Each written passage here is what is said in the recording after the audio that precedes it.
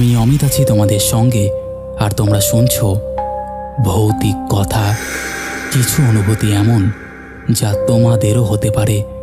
ঘটনা স্ক্রিপ্টিংয়ে রয়েছে নেহা।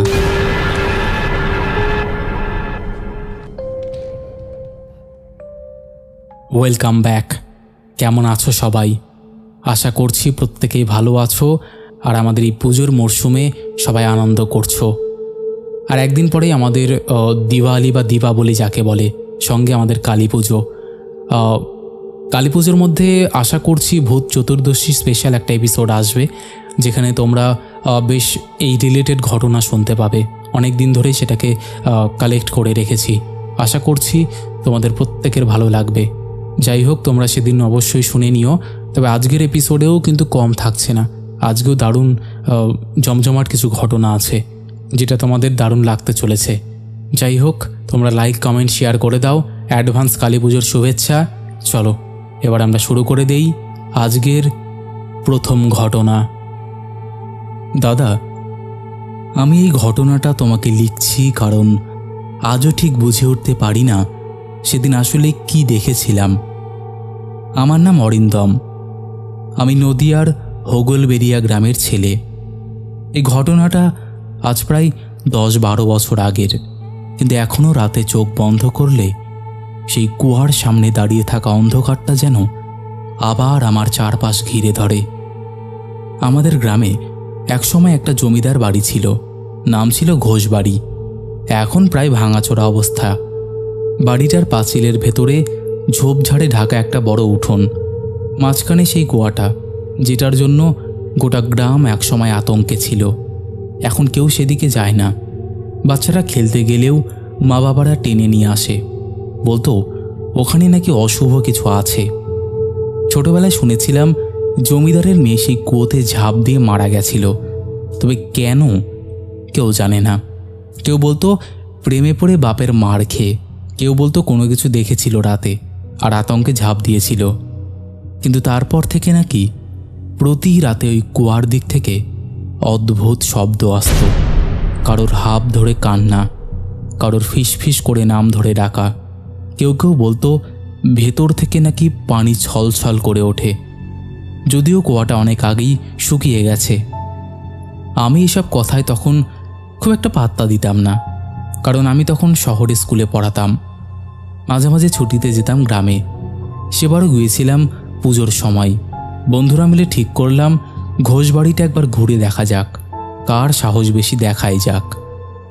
সবাই মিলে হাসি মজা করে দুপুরের দিকে গিয়েছিলাম। তখনও বুঝিনি এটা আমার জীবনের সবচেয়ে ভুল সিদ্ধান্ত হতে চলেছে। বাড়িটার দরজা ভাঙা, জং ধরা, কড়া ঝুলছে।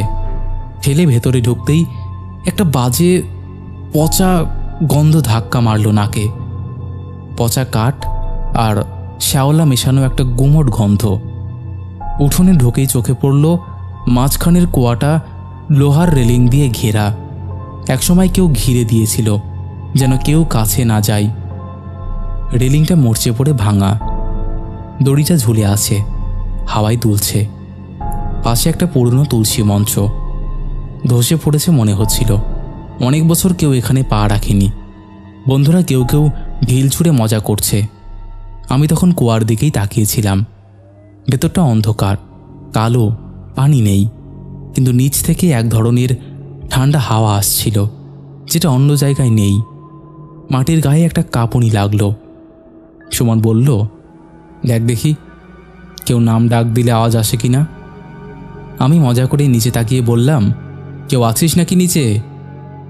আওয়াজটা বেরোনোর পরেই মনে হলো নিচ থেকে যেন একটা ফিস ফিস আওয়াজ ফিরল, খুব ক্ষীণ, একদম ভেতর থেকে আসা।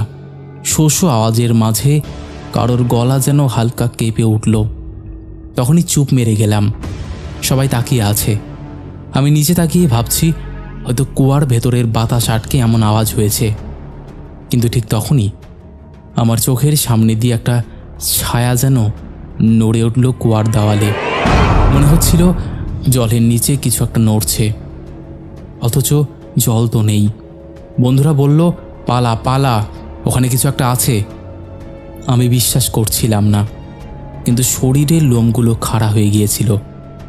হঠাৎ কুয়ার ভেতর থেকে ঠান্ডা বাতাসের একটা ঝটকা উঠল, এত জোরে যে আমার মুখের চুল উড়ে গেল মনে হচ্ছিল। কেউ যেন নিচ থেকে ফু দিচ্ছে। আমরা দৌড়ে বেরিয়ে গেলাম, কিন্তু পেছন থেকে হালকা করে কেউ নাম ধরে ডাকলো, অরিন্দম। এতটা পরিষ্কারভাবে শুনেছিলাম যে থেমে গেলাম। বন্ধুরা তখন অনেকটা এগিয়ে গেছে। আমি পেছন ফিরে তাকিয়ে দেখলাম কুয়ার রেলিং দুলছে, হাওয়া নেই, তবু সেটা যেন কেউ হাত দিয়ে ঠেলে দিচ্ছে। বুকের ভেতরটা কেমন করে উঠল। আমি দৌড়ে সবাইকে ধরলাম, কেউ বিশ্বাস করলো না। সবাই বলল, তুই হয়তো ভুল শুনেছিস। কিন্তু সেই রাতে আমি ঘুমোতে পারিনি। বারবার মনে হচ্ছিল কেউ যেন জানলার ওপারে দাঁড়িয়ে আমার দিকে তাকিয়ে আছে। গ্রামে পরের দিনই শুনলাম ঘোষবাড়ির দিক থেকে রাতে কেউ চিৎকার করেছে। গ্রামের দুলাল কাকু বলছিলেন তিনি নাকি শুনেছেন কেউ জলের জন্য চিৎকার করছে, জল দে, জল দে। এই আওয়াজটা আসছিল, কিন্তু কুয়াটা তো শুকনো, সেখানে জলই নেই। তখন থেকেই মনে হচ্ছিল ওই কুয়ার ভেতরে কিছু একটা আছে, যেটা একবার কারো নাম শুনলে মনে রাখে আর পরে সেই নামেই ডাকে। আমি পরের দিন সকালে আবার বাড়ির দিকে গিয়েছিলাম, কিন্তু এদিকটা আসলেই অন্যরকম। গ্রামের লোকেরা বলতো রাতে যেটা হয় সেটা দেখার পরে কেউ দুইবার যায় না। আমি তখনও স্কুল থেকে ছুটি পেয়েছিলাম। বন্ধুদের ছাড়া ঘরে ঢুকলাম। উঠোনে গিয়ে কুয়াটার দিকে তাকালাম। যেটা আমরা কাল রাতে দেখেছি, রেলিংটা আজও দুলছে, কিন্তু কোনো হাওয়া নেই। মাটিতে কিছু শুকনো পাতা পড়ে আছে, মনে হচ্ছিল কেউ চলাফেরা করছে কুয়োর পাশে। আমি দাঁড়িয়েই শুনতে পেলাম কাকুরা গল্প শুরু করলো। তারা বলল যে প্রায় 50 বছর আগে জমিদারের ছেলে এক রাতের বৃষ্টি শেষে বাড়িতে ফিরছিল। তখনও কুয়াটা ঢেকেছিল না, আর জমিদারের এক দম্পতি মারা গিয়েছিলেন শহরে যাওয়া ছেলের জন্য। এক ছেলে মেয়েকে ভালোবাসত, কিন্তু জমিদারের অনুমতি ছাড়া দেখা করা চলতো না। ছেলেমেয়ের কথা শুনতে পেরে জমিদার রাগে অভিশাপ দিলেন, কেউ কুয়ার মধ্যে পড়লে আর ফিরে আসবে না। ঘটনাটা গ্রামের লোকেরা এখনও মনে রাখে। একদিন রাতে ছেলে মেয়েদের মধ্যে কেউ কুয়োতে পড়ে মারা গেল, আর সেই রাতের পর থেকে সেই কুয়োর দিকে আর কেউ যায় না। দাদার বাড়ি তখন গ্রামের সবচেয়ে বড় ছিল। পুকুর, বাগান সব কিছু দিয়ে লোকেরা বলতো কুয়োটা ভয়ঙ্কর, কারণ সেখানে পড়া মানেই মৃত্যু। একবার যে ঝাঁপ দিয়েছে সে আর কখনো ফিরে আসেনি। আমি তখনও বিশ্বাস করতে পারিনি গল্পগুলো। মনে হচ্ছিল কেমন যেন ঠান্ডা হাওয়া ছুঁয়ে যাচ্ছে পায়ের তলায়। হঠাৎ মনে হলো কিছু একটা নড়ছে কুয়ার ভেতরে। আমি হাত দিয়ে রেলিং ধরলাম। হঠাৎ মনে হলো নিচ থেকে কুয়ার ভেতর থেকে ঠান্ডা বাতাস ধাক্কা দিচ্ছে। কিছু একটা আছে যেটা স্পষ্ট। কুয়ার ভেতর যেন কারোর দৃষ্টি আমার দিকে তাকাচ্ছে। তখনই আমার মনটা কেঁপে উঠল।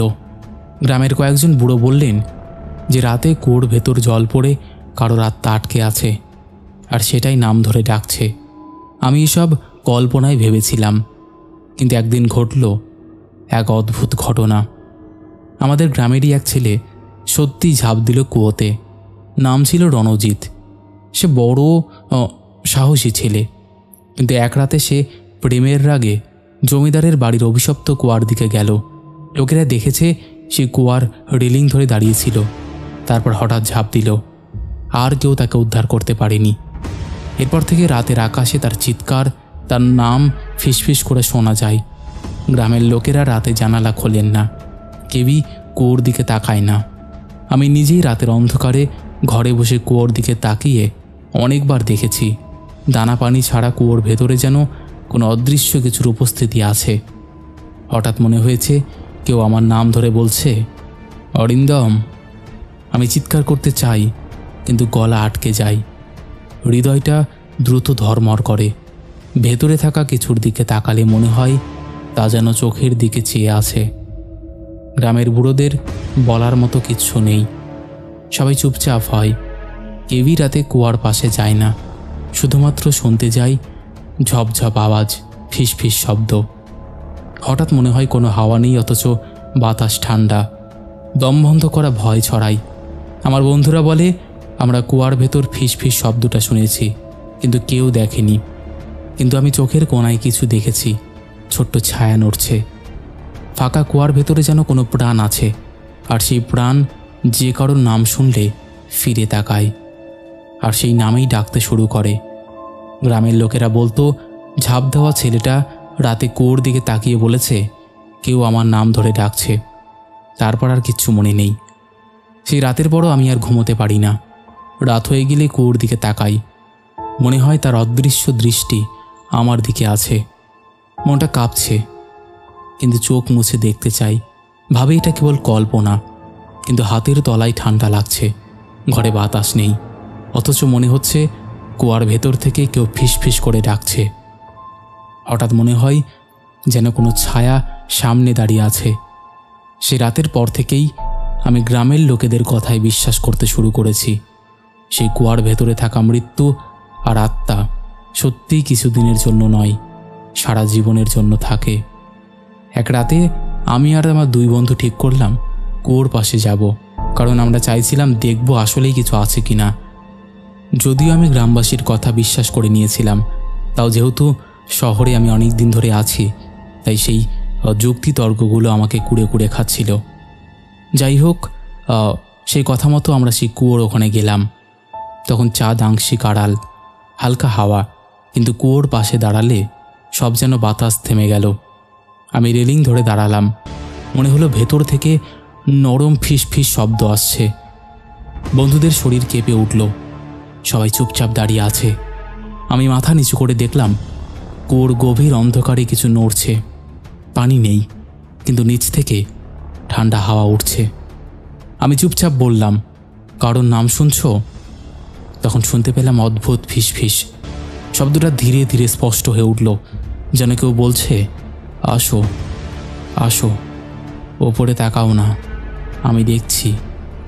আমার বন্ধুরা পিছিয়ে যেতে চাইল, কিন্তু আমি হঠাৎ অনুভব করলাম কুয়ার ভেতর কিছু যেন আমার দিকে তাকিয়ে আছে। হঠাৎ হালকা আলো ছায়ার মতো ভেতরে নড়ে উঠল, মনে হলো কেউ নিচ থেকে আমার দিকে তাকিয়ে আছে। আমি পিছু হটতেই পেছনের রেলিংটা যেন ধাক্কা দিয়ে ঠেলছে। শরীর কেঁপে উঠল। আমরা চিৎকার করতে চেয়েছিলাম, কিন্তু গলা আটকে গেল। আমি পিছিয়ে গেলাম। হঠাৎ লক্ষ্য করলাম কুয়ার পাশে জমির ধ্বংসাবশেষে এক ছায়া দাঁড়িয়ে, ঠিক মানুষের মতো, কিন্তু অদ্ভুতভাবে আলোকে শোষণ করছে। কোনো চোখ নেই, কোনো মুখ নেই, শুধু ছায়ার আকৃতি আমার দিকে তাকাচ্ছে। আমি বুঝতে পারিনি কি করা উচিত। বন্ধুরা চিৎকার করে বলল, পালা। তখনই মনে হলো কুয়ার ভেতর থেকে কারোর চিৎকার আসছে, ঝাঁপ দেওয়ার রণজিতের মতো, কিন্তু তার কণ্ঠ এখন স্বাভাবিক নয়, গলা ফেটে আসা, ভয়ঙ্কর গলা। বলছে, কেউ আমার নাম ধরে ডাকছে, ফিরে এসো, ফিরে এসো। আমি হঠাৎ দৌড়ালাম, কিন্তু মনে হচ্ছিল পায়ের তলায় মাটি নেই, যেন কোনো শক্তি আমাকে টানছে। বন্ধুরাও চিৎকার করছে। আমরা সবাই মিলেমিশে বাড়ির বাইরে দৌড়ালাম। গাছের ওপর চাঁদ পড়ছিল, আমাদের লম্বা ছায়া, কিন্তু মনে হচ্ছিল আমরা একা নেই, কেউ আমাদের দেখে যাচ্ছে। বাড়ির উঠোনের আকাশ চুপচাপ, বাতাস নেই, কিন্তু হাওয়া ঠান্ডা ভেতর থেকে বের হচ্ছে। মনে হলো আমাদের দিকে কেউ এখনও চেয়ে আছে। হঠাৎ ঠান্ডা হাত স্পর্শ করলো গলার কোণে, গা ছমছম হয়ে গেল। আমরা আর পারলাম না, ওখানেই জ্ঞান হারিয়ে গেলাম। পরের দিন সকালে যখন ঘুম ভাঙল, তখন আমি আমার বাড়ির বিছানাতে। এরপর আর কখনো সাহস করে সেই জমিদার বাড়িতে যাইনি। জমিদার বাড়ির অভিশপ্ত কুয়াটা আজও আছে, অচল, শুকনো, কিন্তু এখন আর সেসব কিছুই হয় না। এখন পুরোপুরি চেঞ্জ হয়ে গেছে। তো বন্ধুরা, এই ছিল আমাদের জমিদার বাড়ির কুয়ো নিয়ে একটা ভৌতিক ঘটনা। ঘটনাটা পাঠিয়েছে অরিন্দম খুব সুন্দর করে লিখেছে, যেটা তোমরা শুনতেই পেলে। তোমাদের কেমন লেগেছে তোমরা অবশ্যই সেটা কমেন্ট করে জানিও। তোমাদের মধ্যে এখনও যারা এই পরিবারে যুক্ত হওনি তারা যুক্ত হয়ে যেও। যারা ভাবছো ঘটনা শেয়ার করব কি না, তাদের বলছি একদম দ্বিধাবোধ রেখো না, ঘটনা শেয়ার করে দাও। ঘটনা শেয়ার করাটাই কাম্য। আর একটা কথা, ভৌতিক কথা কোনো রকম অন্ধবিশ্বাস, কোনো রকম কুসংস্কার বা কোনো রকম নেগেটিভিটিকে প্রশ্রয় দেয় না। ভৌতিক কথার কাজ শুধুমাত্র মানুষের জীবনে ঘটে যাওয়া ঘটনা সবার সামনে তুলে ধরা, নচেত আর কোনো উদ্দেশ্য নেই। তাই যারা বিশ্বাস করছো না তারা এগুলোকে এন্টারটেইনড হিসেবেই নিয়ে নাও। চলো এবার আমরা শুরু করে দিই পরের ঘটনা। নমস্কার অমিতদা। দাদা, আমি রিতম। আজকে তোমাকে আমি আমার একটা অনেক পুরনো অভিজ্ঞতা শেয়ার করছি। ঘটনাটা শুনলে হয়তো তুমি অবাকই হবে। শান্তিনিকেতনে আমি একবার ঘুরতে গিয়েছিলাম। ঘুরতে বলা ভুল, সেখানে আমি একটা কাজে গিয়েছিলাম বলতে পারো। সেখানে গিয়ে আমি একটা পুরনো বাড়ি ভাড়া নিয়েছিলাম, তো মোটামুটি ভালোই ছিলাম।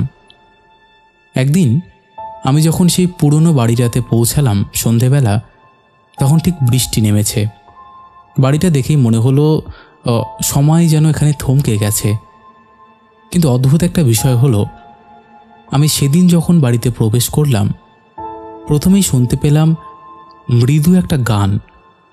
শুরুতে ভাবলাম বাতাস বা কেউ দূরে গাইছে, কিন্তু যত ঘরে ঢুকতে গেলাম গানটা আরও পরিষ্কার হয়ে এলো। মনে হলো কেউ ঘরে ঘুরে ঘুরে গাইছে। আমি তো প্রথমে থমকে দাঁড়ালাম, অবাক হলাম। আরে ভাই, এতদিন তো ঠিকই ছিলাম, আর এই বাড়িতে তো আমি একা, গানটা গাইছে কে? পায়ের আওয়াজও অদ্ভুতভাবে ম্লান হয়ে গেছে, যেন ঘরটা আমার পায়ের শব্দ শুষে নিচ্ছে। জানলার কাচের মধ্যে ভেসে আসা আলোটা নরম ছায়া ফেলেছে, যেন সেই আলো আর গান একসাথে ঘরকে জীবন্ত করে তুলেছে। আমি পায়ে পায়ে ধীরে ধীরে পিয়ানোর কাছে এলাম। তোমাকে বলতে ভুলে গেছি, আমি কিন্তু গান বাজনা করতে খুবই ভালোবাসি। তো আমার পিয়ানো কিবোর্ড রাখা নোটগুলো যেন নিজে নিজেই স্পন্দিত হচ্ছিল। আমি হাত দিতে গেলাম, তখনই মনে হলো আমার কাঁধে কেউ হালকা হাত রাখলো। আমি না চমকে উঠলাম। চারপাশে কাউকে দেখলাম না, শুধু সেই গান বাজছে। মনে হলো ঘরের প্রতিটি দেওয়াল, প্রতিটি কোণ আমাকে নজর রাখছে।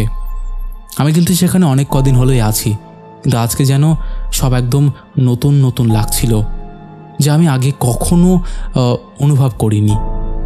আমি স্থির হয়ে দাঁড়ালাম। ঘরটা যেন কেমন একটা অদ্ভুত পরিবেশ সৃষ্টি করেছে।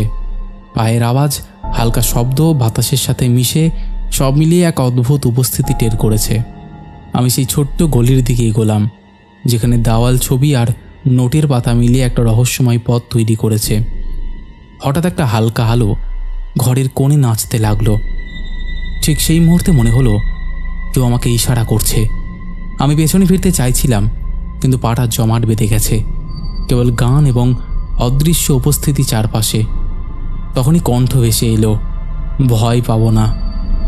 আমি শ্বাস নিতে চেষ্টা করলাম। সেই কণ্ঠ আর বাতাসের খেলা আমার হৃদয়কে অদ্ভুতভাবে শান্ত করলো।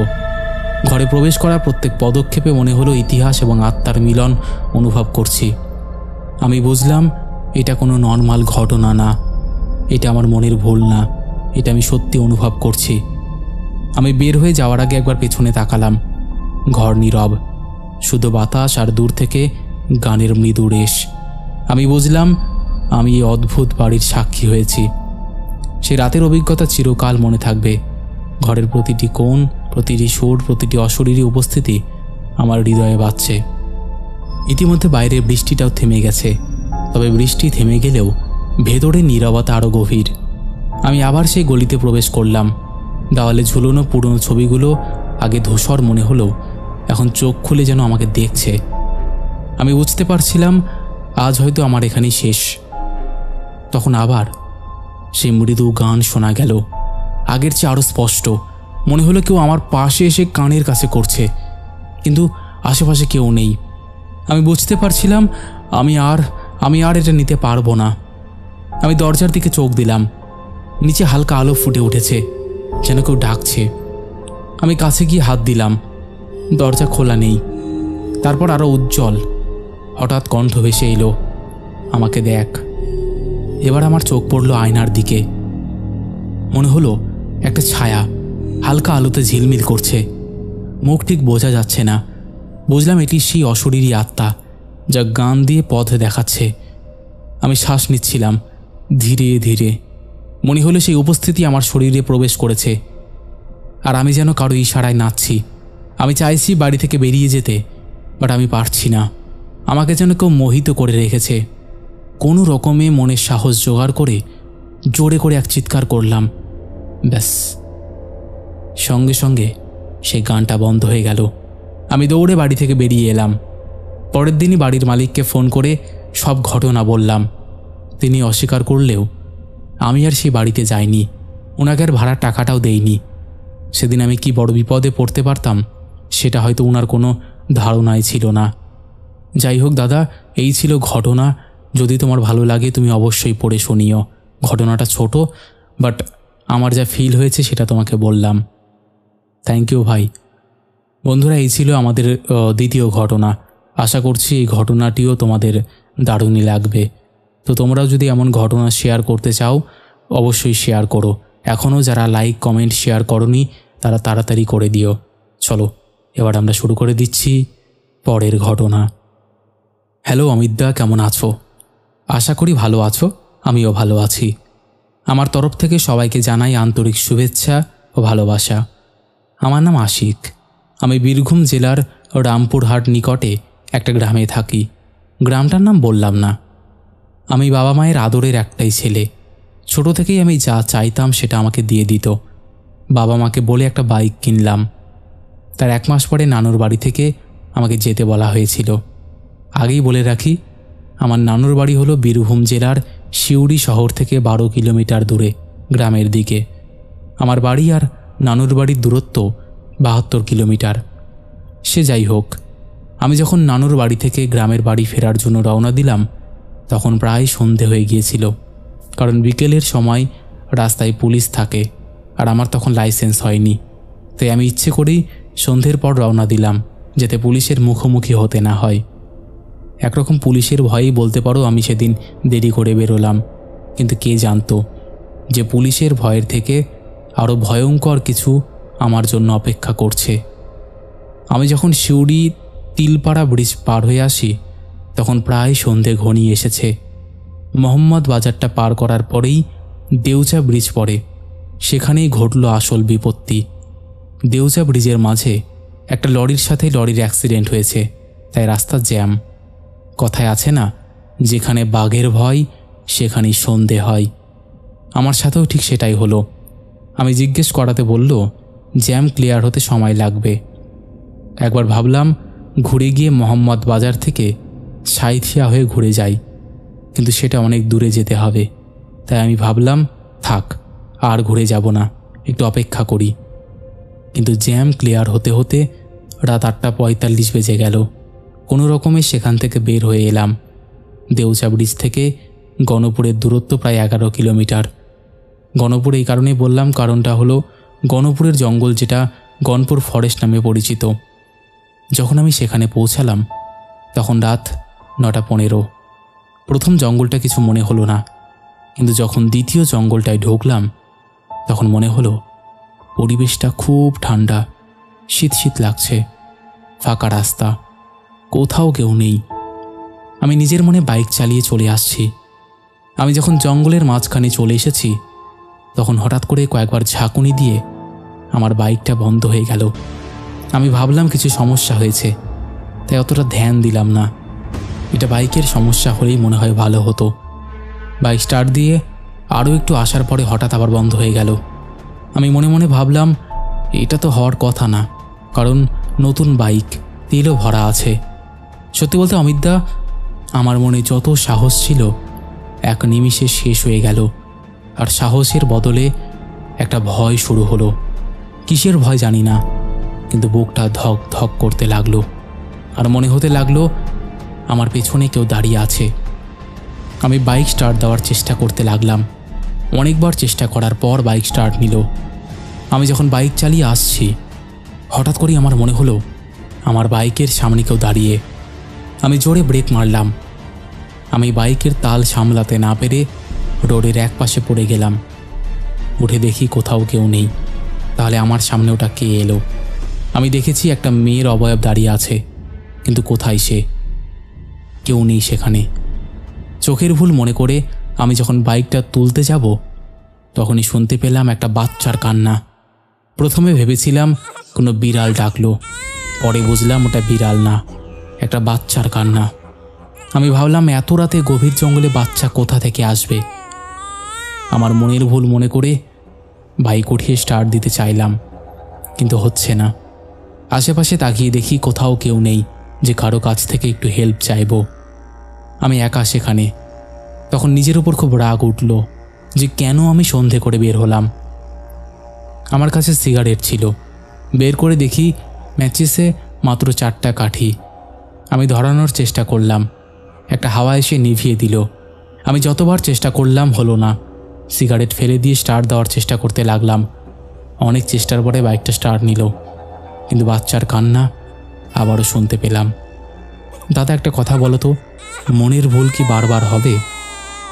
যেই না আমি বাইক স্টার্ট দিয়ে একটু এগিয়ে গেছি, তখন দেখি রাস্তার পাশে একটা বাচ্চা কাপড় জড়া অবস্থায় পড়ে আছে, আর সেই বাচ্চাটা কান্না করছে। আমি কি করব ভেবে উঠতে পারলাম না।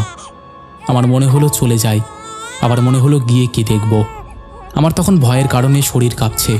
নির্জন এলাকা, কোথাও কেউ নেই, আবার এই বাচ্চার কান্না। আমি 7-5 না ভেবে বাইক চালাতে লাগলাম, কিন্তু একটু আসার পরে আবার সেই একই ঘটনা। এবার বাচ্চা নয়, একটা মেয়ে কান্না করছে, লাল শাড়ি পরে। তার মুখটা দেখা যাচ্ছে না, লম্বা লম্বা চুলে ঢাকা পুরো মুখটা, মাথা নিচু করে কান্না করছে। আমি জিজ্ঞাসা করলাম, কি হয়েছে, কান্না কেন করছো? কোনো উত্তর নাই। আমি আবারও জিজ্ঞেস করলাম, আরে বলো। কোনো উত্তর নেই। আমি বললাম, আপনার কি বাচ্চা হারিয়েছে? এই কথাটা শুনে কান্নাটা বন্ধ হয়ে গেল আর আমার দিকে তাকালো। আমি বাইকের লাইটে দেখলাম তার মুখটা সাদা ফ্যাকাশে, শরীরে কোনো রক্ত নেই মনে হচ্ছে, আর চোখটা সাদা ডিমের মতো, কোনো মনি নেই। এটা দেখে আমার পুরো শরীর শিউরে উঠল। আমি ভয়ে কাঁপতে কাঁপতে বাইক চালাচ্ছিলাম, কিন্তু তখনই একটা শীতল বাতাস বয়ে গেল আমার পাশ দিয়ে, আর পচা বোটকা গন্ধে ভরে গেল চারপাশটা। আমি বাইক চালানোর চেষ্টা করলাম, কিন্তু এক পা এগোলো না। মনে হচ্ছে কেউ যেন বাইকটা পেছন থেকে টেনে ধরে আছে। আমার তখন অতটাও সাহস হচ্ছে না যে পেছনে তাকিয়ে দেখব। কেউ মেইলি কণ্ঠে আমার কানে বলছে, কিরে কোথায় যাবি, আয় আমার সাথে আয়। একদিকে বাচ্চার কান্না, অন্যদিকে পচা বোটকা গন্ধ, দম বন্ধ হওয়ার মতো অবস্থা। হঠাৎ আমার মায়ের শিখানো দোয়া মনে পড়ে গেল।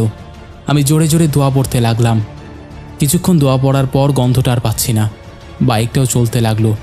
আমি যত স্পিডে পারলাম সেখান থেকে বেরিয়ে যেতে চাইলাম।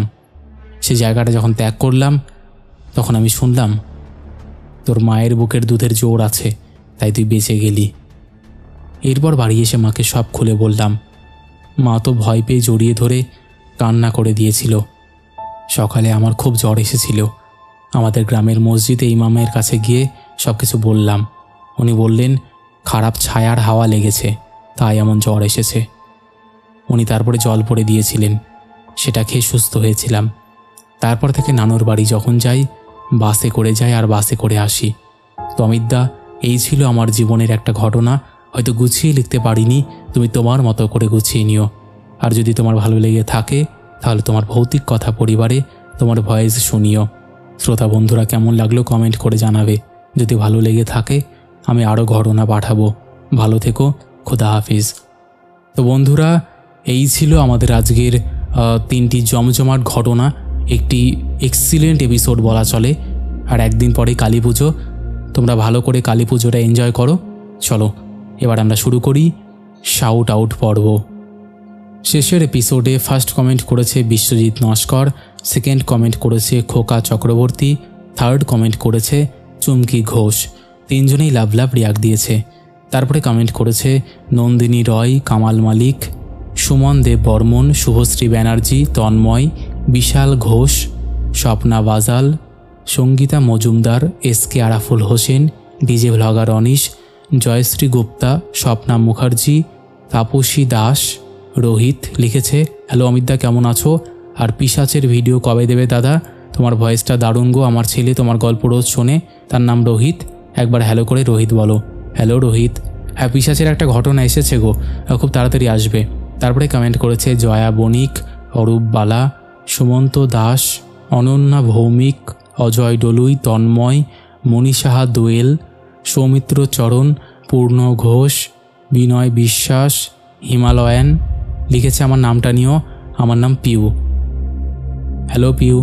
তারপরে কমেন্ট করেছে বিনয় বিশ্বাস, সাগর সাহা, সামিমা রাড়ি, সৌরভ দাস, সুমিত ঘোষ, জবা দেবী, সুব্রত শ্রী, শঙ্কর চক্রবর্তী, গীতা গোস্বামী, প্রেম হালদার, স্বপ্না মুখার্জি, সুস্মিতা শিকারী, অমৃতা ঠাকুর, শিহাব শাফিরুদ্দিন, মনোজিৎ, পারমিতা ধারা, সন্দীপ ফোর, মুসলিমা খাতুন, রিয়া শেখ, সঞ্জীব ঘোষ, আদিবা মিম, বিশ্বজিৎ সর্দার, অরূপ বালা, সুদেষ্ণা সিংহ রয়, রেখা পাসমান, দীপশ্রী দাস, মাম্মাম দাস, রোহিত সান্ত্রা, মনিকা ত্রিপুরা লিখেছে দারুণ লাগলো ঘটনাগুলো, শরীর পুরো ঠান্ডা হয়ে যায়। থ্যাংক ইউ দিদি। তারপরে কমেন্ট করেছে রত্না রয়, লিখেছে চলে এলাম দাদা ভাই, আজ অনেক দিন পর সময় মতো একদম। তারপরে কমেন্ট করেছে রূপম নস্কর, লিখেছে হ্যালো অমিত, অনেক দিন পর আবার চলে এলাম তোমার গল্প শুনতে, তাই তো দেখছি।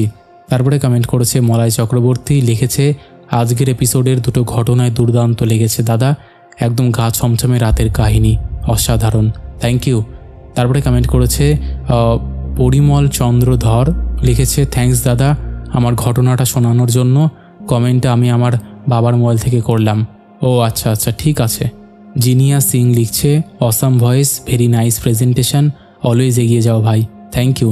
তারপরে কমেন্ট করেছে সুশান্ত সাহা, প্রিয়া বাগ, মহারাজ ব্যানার্জি, এইরকম অসংখ্য প্রিয় মানুষেরা আমাদের শেষের এপিসোডে কমেন্ট করেছে, যাদের কমেন্ট আমি আর চাইলেও পড়তে পারছি না। তো আজকের মতন এখানেই শেষ করছি, আবার দেখা হবে নতুন কোনো ঘটনা নিয়ে।